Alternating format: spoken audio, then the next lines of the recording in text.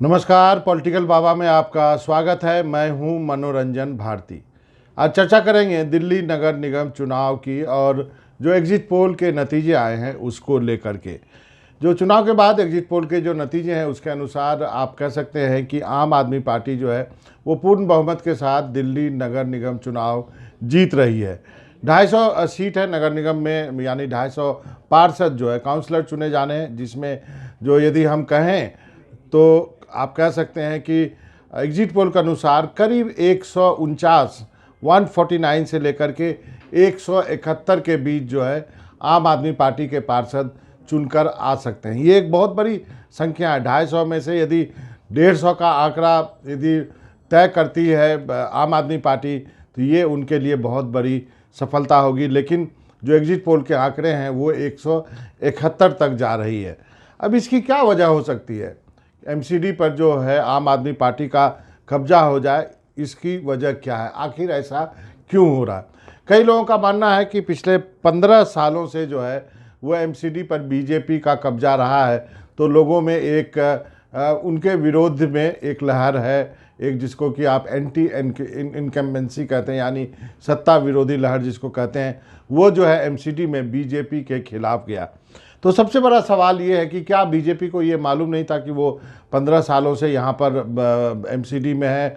क्या जो 20 बड़े केंद्रीय नेताओं को इस चुनाव में उतारा गया, यहाँ तक कि इन नेताओं की बात तो और है, क्योंकि वो ये केंद्रीय नेता दिल्ली में रहते हैं तो दिल्ली में प्रचार करना बहुत आसान है। लेकिन जिस ढंग से असम के मुख्यमंत्री को यहाँ पे बुलाया गया, हेमंत बिस्वा शर्मा वहाँ से आए, मध्य प्रदेश के मुख्यमंत्री शिवराज सिंह चौहान ने आके यहाँ पे चुनाव प्रचार किया। आखिर बीजेपी ने ये सब करने के बावजूद बीजेपी क्यों हार रही है?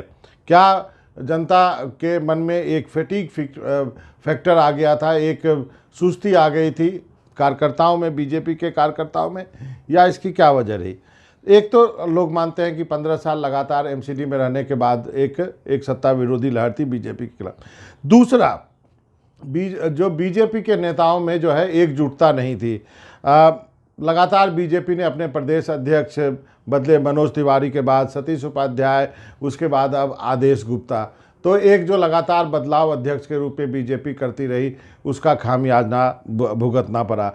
गुटबाजी नेताओं में अलग रही। कभी लगा कि प्रवेश वर्मा जिस तरह से हार्ड लाइन ले रहे हैं वो बीजेपी के एक उभरते नेता हैं। दूसरी तरफ जो उत्तर भारतीय या पूर्वांचली के नेता के रूप में मनोज तिवारी, जो कि बीजेपी के प्रदेश अध्यक्ष रह चुके हैं, उनके बीच भी कोई तालमेल नहीं दिखा।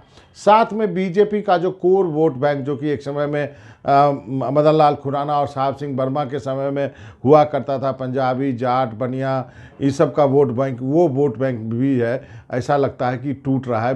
जो आम आदमी पार्टी ने उसमें भी सेंध लगा दिया है।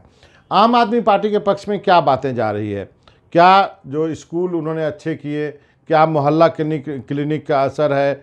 क्या वो जो फ्री में चीज़ें दे रहे हैं, फ्री में बिजली, फ्री में पानी जो दे रहे हैं, क्या उसका असर है? बस यात्रा महिलाओं के लिए मुफ्त है, क्या उसका असर है?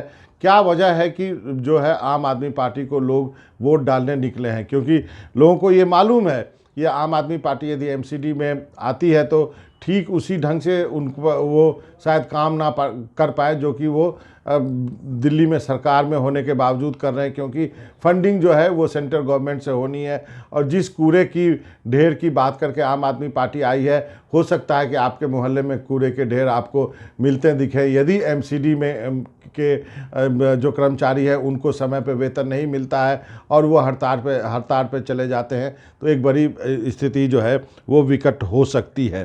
तो और आम आदमी पार्टी जो है उनके पक्ष में और भी कई बातें लोग जो हैं उनका मानना है कि गई हैं। चूँकि दिल्ली का चुनाव था, पूरा मीडिया था, आम आदमी पार्टी मीडिया को अच्छे ढंग से हैंडल कर रही है, इसका भी फ़ायदा मिला है।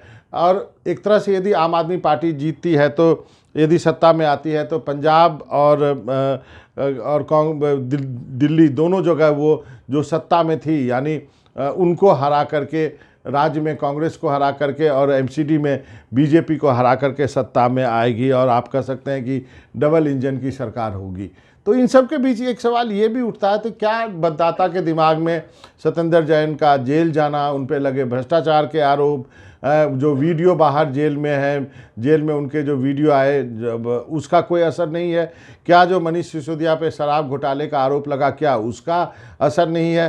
क्या इन सब के ऊपर जो है केजरीवाल की जो है कट्टर ईमानदार की छवि बनी हुई है? या लोगों ने अंत में यही सोचा कि यदि हमें फ्री बिजली, पानी और बस यात्रा, अच्छे स्कूल, अच्छा मोहल्ला क्लिनिक बन रहा है तो क्यों ना केजरीवाल को वोट दिया जाए?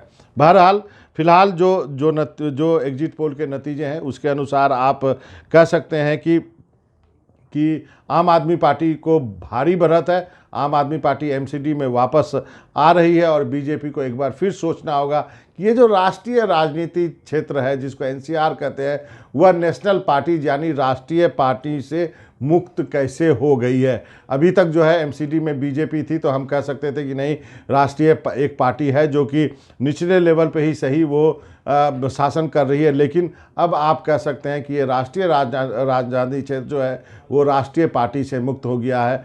अब दिल्ली में बीजेपी और कांग्रेस किसी भी स्तर पर सत्ता में नहीं है और गुजरात के चुनाव का जब नतीजा आएगा तो आप जो वहाँ पे जो एग्जिट पोल के नतीजे आ रहे हैं उसके अनुसार यदि 10% से ज़्यादा वोट मिलता है तो आने वाले दिनों में आम आदमी पार्टी जो है राष्ट्रीय पार्टी भी बन सकती है। इस पर किसी दिन और चर्चा करेंगे, लेकिन आपको ये बता दें कि एमसीडी के नतीजे जो है यदि बीजेपी हार जाती है एग्जिट पोल के मुताबिक तो एक बहुत बड़ा रिजल्ट होगा आम आदमी पार्टी के लिए और उनके एक मोरल बूस्टर के रूप में वो उसका इस्तेमाल करेंगे आने वाले दिनों में जहाँ भी चुनाव होगा वहाँ।